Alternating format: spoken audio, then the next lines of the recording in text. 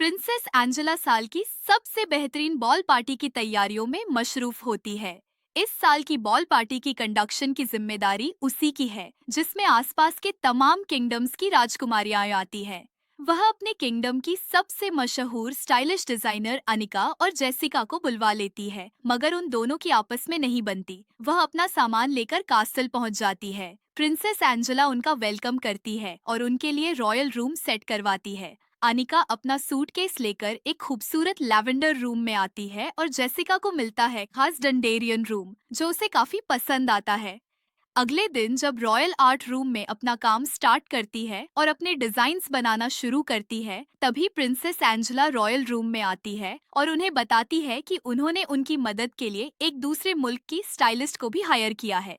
ये सुनकर वे दोनों हैरान हो जाती हैं, क्योंकि पहले भी वही दोनों सारे ड्रेसेस डिजाइन करती थीं। फिर उन दोनों की मुलाकात उस नई स्टाइलिस्ट से होती है, लेकिन जल्द ही उन्हें पता चल जाता है कि वह बहुत घमंडी है।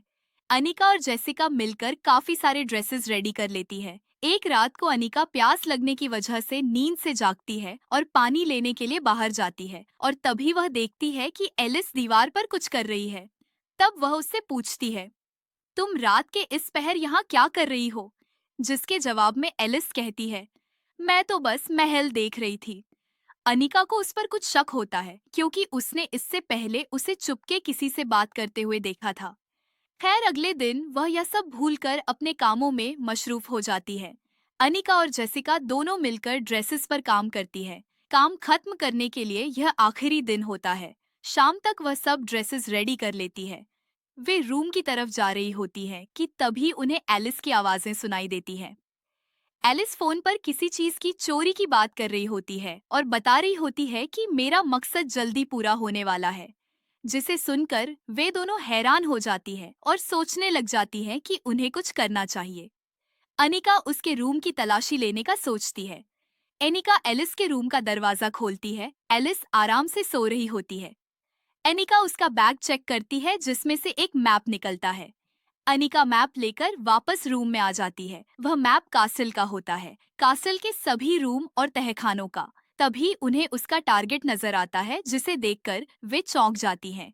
हजारों साल पहले परियों की मलिका जमीन पर घूमने आती है और उसका मैजिकल क्राउन जमीन पर कहीं खो जाता है, जो बाद में वहाँ की रानी को मिलता है। उस क्राउन में ऐसी ताकत होती है जो किसी दुनिया को आबाद और बर्बाद कर सके, और वह किसी गलत हाथों में न जाए, इसलिए वह उस क्राउन को महल में ही कहीं छुपा देती है, ताकि कोई उस तक न पहुंच सके। तभी एलिस वहां पहुंच जाती है। वह उन्हें देखकर हैरान हो जाती है। एलिस उन दोनों से कहती है, मैं जो लेने आई थी वो ले चुकी हूँ, अब मुझे रोक कर दिखाओ।